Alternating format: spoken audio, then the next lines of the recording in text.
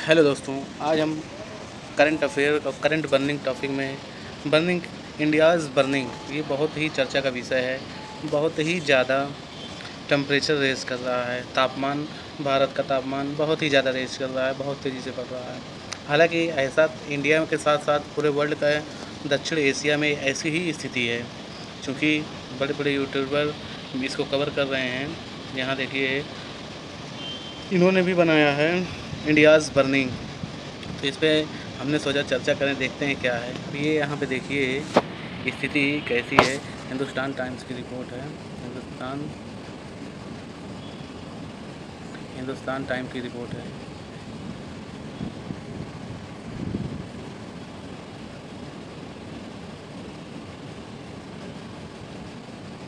यहाँ पे देखिए हिंदुस्तान टाइम की रिपोर्ट है। ये क्या है? इंडिया हीट वेव, क्या लिखा है? India heat wave news highlights, mercury hits 51 degree Celsius in Rajasthan. Phalodi ज़िले में, राजस्थान के फलोदी ज़िले में टेम्परेचर 51 डिग्री पहुंच गया। ये कब की न्यूज़ है? 26 तारीख की है। ये हिंदुस्तान टाइम की न्यूज़ है। उसके बाद हम आगे देखते हैं, फिर आगे क्या है। India heat wave news highlight, red alert had been Rajasthan, Punjab, Haryana, Chhattisgarh, Delhi, Uttar Pradesh and Gujarat. बहुत बुरी स्थिति है गर्मी की, आप लोग देख सकते हैं। और देखिए कितनी, द इकोनॉमिक टाइम्स की रिपोर्ट है। When will Delhi and north India heat wave and, आखिर कब ये ख़त्म होगी हीट वेव, ये लू जो है, लू की स्थिति कब ख़त्म होगी? और इसकी वजह से बहुत ही ज़्यादा नुकसान हो रहा है। इतना पूरी तरीके से काफ़ी जानें भी जाती हैं। कितनी जानें जाती हैं आगे हम देखते हैं। अभी तक हीट वेव से कितना नुकसान होता है। ब्रूटल हीट, ये क्या है? IMD से कह रहा है, इंडियन मीटियोलॉजिकल डिपार्टमेंट कह रहा है brutal heat in large part of India, बुरी तरीके से, बहुत ख़तरनाक, बहुत से इंडिया के भारत के बहुत से पार्ट में temperature set to rise a further, बहुत तेज़ी से आगे बढ़ रहा है। आगे क्या कह रहा है? Barmer Rajasthan recorded high temperature 48 degree Celsius, temperature highest in the century this season so far. Churu long high 47.4, Phalodi 47.8, Jaisalmer. ये अलग दे, ये 23 मई का न्यूज़ है। ठीक है, ऐसी हालत है। यहाँ पे देखिए स्थिति इतनी बुरी है कि यहाँ पे जो है पेड़ के नीचे एक आदमी बैठ के इस पेड़ की छाया में बैठा हुआ है ना, छहा रहा है, ये कह सकते हैं हम। देखें आप लोग। और फिर यहाँ पे देखिए IMD वेदर, हिंदुस्तान टाइम्स की रिपोर्ट, द हिंदू की रिपोर्ट है। हाँ, द हिंदू की रिपोर्ट है। क्या रिपोर्ट है? IMD weather, Delhi on heat wave red alert, Delhi red alert पे है। ठीक है। Heavy rain in many states today, बहुत से राज्यों में हैवी रेन की संभावना है 28 में आज। अब देखिए यहाँ पे भी साफ, देखते रहिए कितना जो है total heat wave temperature set to rise further IMD। देखें कितना न्यूज़ है, सब देख रहे हैं, भरा पड़ा है। हिंदुस्तान टाइम्स, ये सब न्यूज़ बहुत बुरी तरह से हीट वेव बुरी तरीके से बैट कर रही है। देखिए यहाँ पे कुछ रिपोर्ट्स हैं, ये भी देखें। दिल्ली में अधिक गर्मी पड़ने के क्या कारण हैं? ये कह रहे हैं दिल्ली में अधिक गर्मी पड़ने के क्या कारण हैं। Society for protection of environment and biodiversity के संस्थापक आकाश वरिष्ठ ने समाचार एजेंसी PTI को बताया। क्या बताया भाई? ये सोसाइटी इन्वायरमेंट प्रोटेक्शन बायोडाइवर्सिटी के संस्थापक हैं। इन्होंने क्या बताया? सतह के कंक्रीट के कारण, ठीक है, दिल्ली हीट चैम्बर बन गया। हीट चैम्बर बन गया, जिससे यहाँ अधिक गर्मी पड़ती है। उन्होंने कहा कि यहाँ गर्मी के वातावरण के कारण निचले स्तर पर ही कैद हो जाती है। कह रहे हैं कि गर्मी वातावरण के निचले स्तर पे ही कैद हो जाती है। ठीक, यहाँ से हीट नहीं निकल पाती, यहाँ पे टेम्परेचर बढ़ जाता है। ओके, और आगे क्या है? उत्तरी मध्य भाग को प्रभावित करने वाला व्यापक जलवायु पैटर्न भी इसके लिए अहम कारण है या अहम जिम्मेदार है। ओके, ये बता रहे हैं। उसके बाद देखें क्या है, WHO ने क्या बताया है।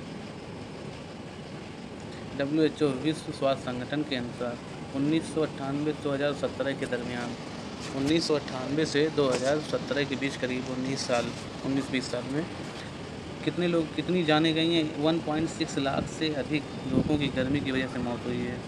ठीक है, 1.6 लाख, 1,66,000 लोगों की मौत हुई है भारत में अकेले 2015 से 22 के बीच। 3,812 लोगों की गर्मी के कारण मौत हुई। बहुत हाई डाटा है यार, सच में देखिए आप लोग, बहुत ज़्यादा। ये कितना मायने रखता है, 3,812 लोग गर्मी, जिसको हम लोग नॉर्मली ऐसे ही कहते हैं ये धूप है। चलो, उसके बाद सालाना $13,000 का खाना भी बर्बाद हो जाता है, ख़राब हो जाता है, खाना बर्बाद हो जाता है, इतना ज़्यादा हीट पड़ने की वजह से सड़ जाता है। इसके अलावा विश्व बैंक की रिपोर्ट के अनुसार 2023 तक गर्मी के कारण वैश्विक स्तर पर 8 करोड़ नौकरियां कम हो सकती, 8 करोड़ नौकरियां कम हो सकती है, जिसमें अकेले 3.5 करोड़ भारत में होंगी। बहुत डेंजर स्थिति है भाई, आप लोग इस चीज़ को समझें। देख रहे हैं ना, पढ़ के रिपोर्ट दिमाग ख़राब हो रहा है कि वाकई में, और महसूस भी हो रहा है। यहाँ पे बैठे हुए हैं, ये वीडियो ही बना रहे हैं, तो गर्मी से पूरा एकदम बहुत ज़्यादा हालत ख़राब है। हालांकि आप लोग देखें इसका बिजली पानी पे क्या असर पड़ रहा है। बिजली पानी पर गर्मी का असर है ना, बिजली पानी पर गर्मी का असर। दिल्ली में भीषण गर्मी का असर बिजली पानी पर की मांग देखने को मिला है। ठीक है, बिजली पानी पर गर्मी का असर देखने को मिला है। पिछले दिनों क्या कह रहे हैं यहाँ के, देखिए, पिछले दिनों यहाँ पहली बार बिजली की मांग 8,000 मेगावाट से अधिक हो गई है। 8,000 से भी अधिक हो गई है यहाँ डिमांड बिजली की, क्योंकि लोगों ने एसी कूलर पूरी क्षमता से चलाए जा रहे हैं।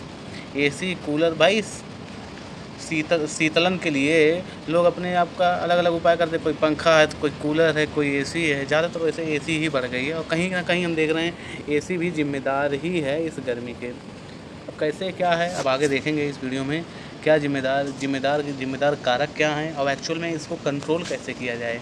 इसके पीछे कुछ संधियाँ भी हैं या फिर इंटरनेशनल कुछ उपाय भी किए जा रहे हैं कम करने के। और अब आगे देखते हैं क्या है। पिछले हफ्ते देश भर में 150 प्रमुख जलाशयों में जल स्तर 5 साल के न्यूनतम स्तर पर पहुंच गया है।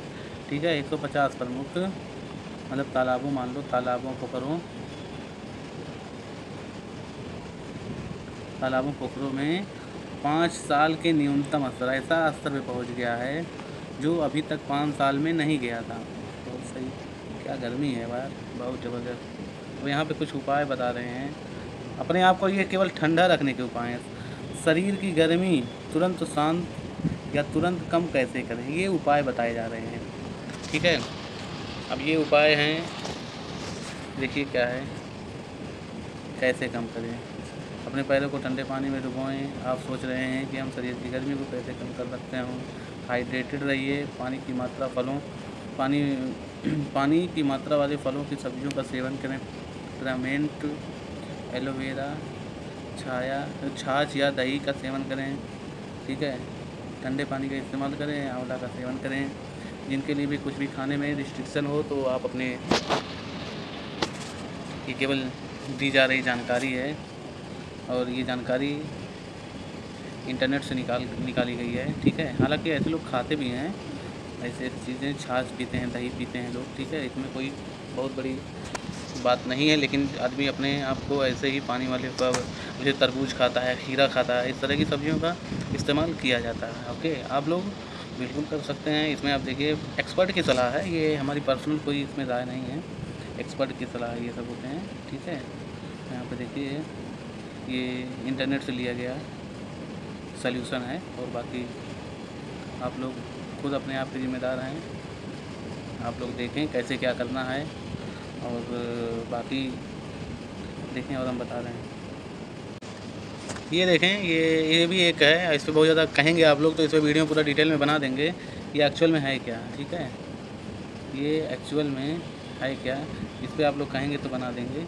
ये 23 अप्रैल को इस्टेब्लिश किया गया है, दिल्ली में कहा गया India's biggest climate clock install in the CSIR headquarter shall activated on 23 April 2024 at 2 PM, मतलब 2:30 बजे जो है 23 अप्रैल को ये इस्टेब्लिश किया गया है। ठीक है, ये इसका टाइमिंग है।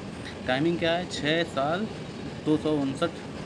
259 दिन 15 घंटा 50 मिनट 37 सेकंड। ये जो टेम्परेचर 1.5 डिग्री से कम ही करना है, इसके ऊपर नहीं जाना चाहिए, क्योंकि ये बहुत बड़ा कंसर्न है, चिंता का विषय है।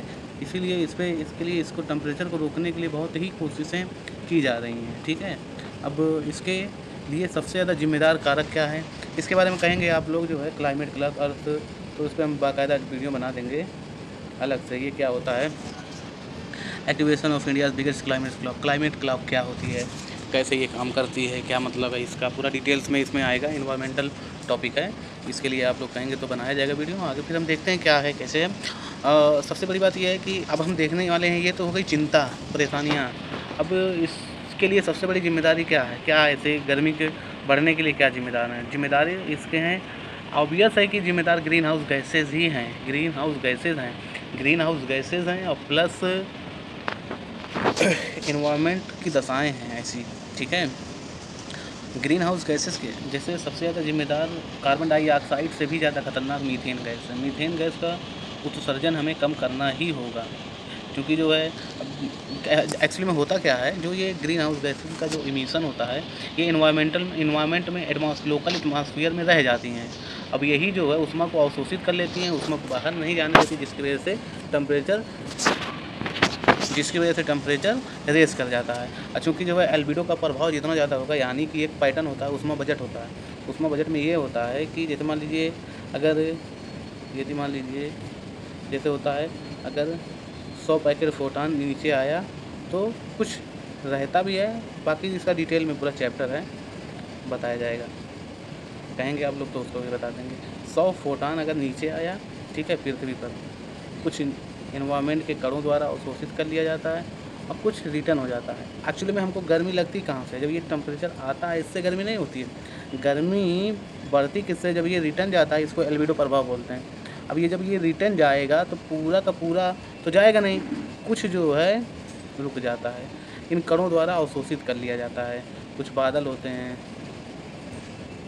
यहाँ पे अवशोषित कर लिया जाता है। तो अक्सर होता नहीं है, आप लोग महसूस किए होंगे कि जब बादल होता है एनवायरनमेंट में तो ह्यूमिडिटी बढ़ जाती है, ये कण जो है अवशोषित कर लेते हैं, हीट को अवशोषित कर लेते हैं, जिसकी वजह से लोकल एटमॉस्फेयर का टेम्परेचर रेस कर जाता है। ठीक, अब ये तो हो गया।